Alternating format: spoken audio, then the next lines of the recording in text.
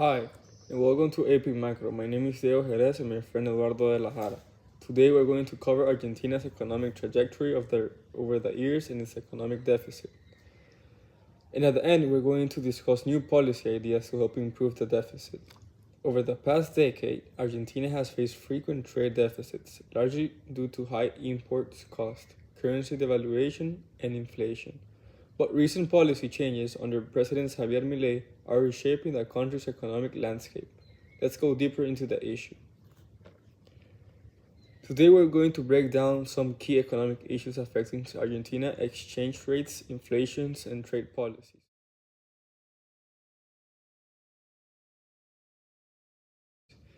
These are the major factors shaping the country's economy, and they have a direct impact on the business and everyday life.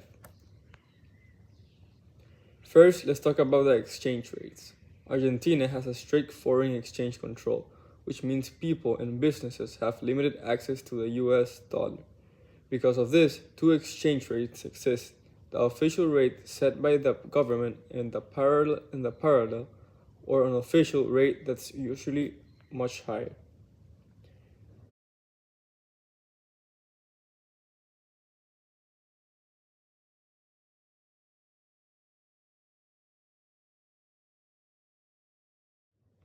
This gap causes problems. The official rate makes imports expensive because businesses have to buy dollar at an overvalued price.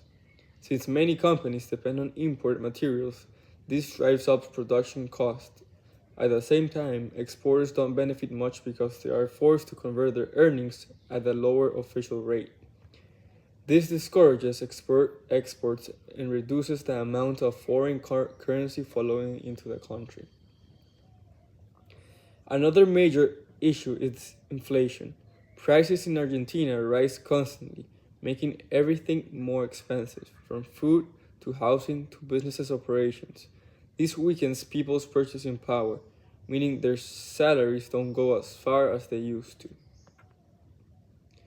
One of the main reasons for this inflation is that the government prints money to cover its spending. Well, the more money is circulating, the less it's worth. This cycle keeps inflation high and makes the local currency weaker over time. As a result, people and businesses lose confidence in the economy. Many try to protect their savings by converting pesos into dollars or investing abroad, leading to capital flight.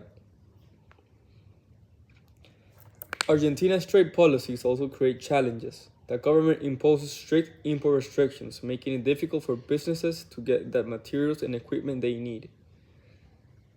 There's also a lot of bankruptcy involved, which slows things down and increases cost. On the export side, heavy taxes on agricultural goods, one of Argentina's biggest industries, reduces the to sell products abroad, while the government sees these policies as a way to protect foreign currency reserves. They often have the opposite effect.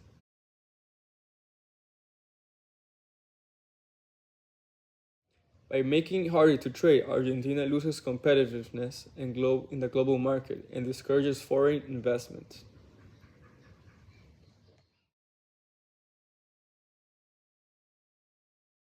So, to sum it up, Argentina's economic challenges are deeply connected. Strict currency controls, inflation, and trade restrictions all make it harder for the business to operate efficiently.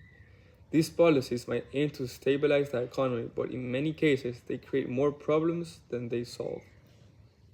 That's why companies and individuals in Argentina constantly have to adapt. Some try to find ways around restrictions, while others look for opportunities in foreign markets. One thing is clear: economic uncertainty is a big part of life in Argentina. Okay, so some potential solutions for the deficit are increased exports. Argentina needs to sell more products to other countries, like food, oil, and gas. By keeping prices competitive and helping businesses grow, we can bring in more dollars and strengthen our economy. Improve the trade balance.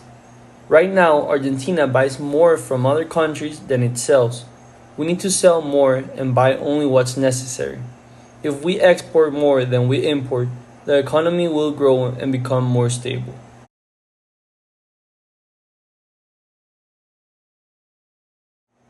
Invest in infrastructure. New oil and gas pipelines are being built, which is great. This will allow Argentina to use more of its own energy instead of buying it from other countries. That means saving billions of dollars and creating more jobs. Control inflation and strengthen the central bank. Prices keep going up, making life expensive for everyone. The government needs to stop printing too much money and make sure there are enough dollars in the central bank to, to keep the economy stable. Support key industries. Argentina has strong industries like farming, energy, and manufacturing. If the government makes it easier for these businesses to grow, they can create more jobs and make the country more competitive in the world. How will each of these solutions help or hurt? Increase exports, it will help the businesses by more sales abroad means more profits, especially for industries like agriculture, oil, and technology. For workers, higher demand can create more jobs in export-heavy industry. And for consumers, more dollars coming into the country can strengthen the peso, helping control inflation. It can hurt the consumers if businesses focus too much on exports. Local prices might rise as products are sent abroad instead of staying in Argentina. To improve the trade balance, it will help the businesses. By export focused companies will grow, and those relying on imports might adapt by finding local suppliers.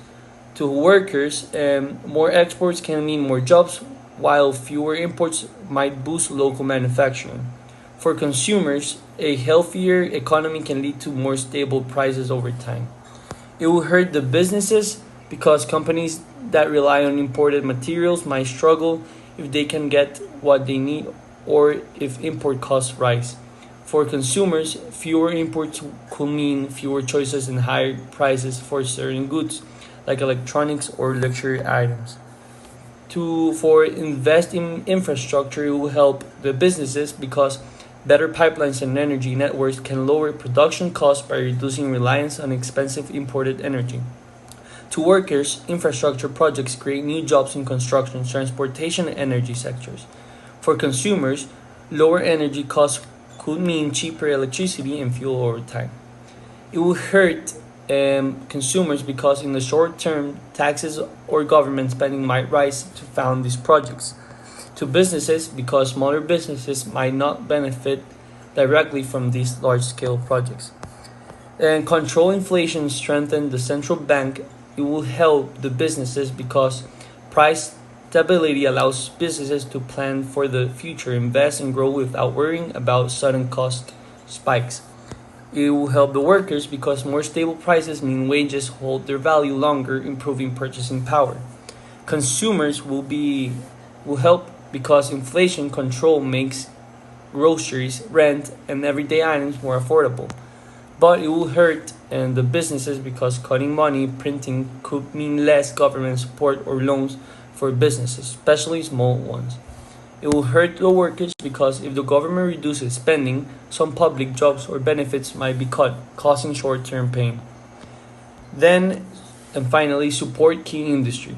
It will help businesses because investing in farming, energy, and tech encourages innovation and growth, helping companies expand.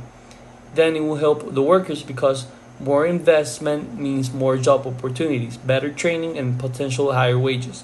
It will help the consumers because a strong economy often leads to better products and services at fair prices. It will hurt because businesses, if support focuses only on big industries, small businesses might feel left.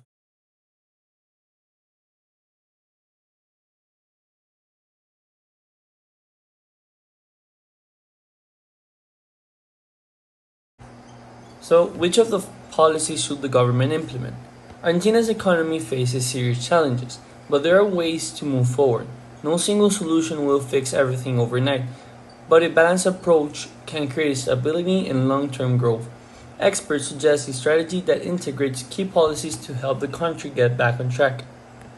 One of the biggest issues Argentina faces is its government deficit. The country spends more than it earns, which leads to more debt and inflation. But cutting spending too aggressively can make things worse. Instead of slashing everything, Argentina needs to reduce unnecessary expenses while still investing in key sectors like infrastructure, education, and technology. The goal isn't just to save money, but to spend it wisely. Smart investment in areas that drive economic growth can help reduce the deficit over time without causing a major economic slowdown. Argentina peso is another big issue. When the currency is left to float freely, it can become extremely volatile. But when the government tries to control it too much, it creates artificial distortions like the gap between official and black market exchange rates. A balanced approach is needed, one of the one that stabilizes the peso enough to prevent extreme devaluation but keeps it competitive enough to boost exports and attract foreign investment. If the currency is too weak, imports become expensive and inflation worsens. If it's too strong, exports suffer. Finding the right balance is key. Right now, Argentina relies too much on protectionist policies, like high tariffs and strict import controls. While these policies aim to protect local industry, they can also make the country less competitive globally. Instead of isolating itself, Argentina should focus on building strategic trade agreements with key partners in Latin America, Europe, and Asia. Negotiating better terms can help protect vital industry while also giving local businesses access to new markets. A strong trade network can bring in more foreign currency and create more business opportunities.